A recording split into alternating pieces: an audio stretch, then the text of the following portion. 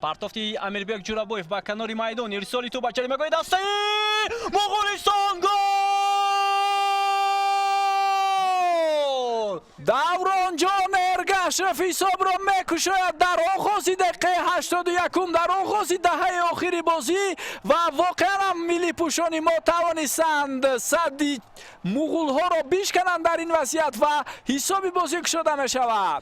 Воқеан ҳам Даврон Эргашев дар бозии имрӯза ду имконият дошт ва аз ду имконият воқеан ҳам як фурсати бисёр ҳам хатарнокро барои муғулҳо фароҳам овард, вале дар имконияти сеюму имконият надор ба бозингарони мизбон ва бо сар тӯбро вориди дарвозаи Муғулистон намуд. Партофти бисёр ҳам зебо аз ҷониби Ҷаҳонгир Эргашев ирсол шуд аз канори рости майдон.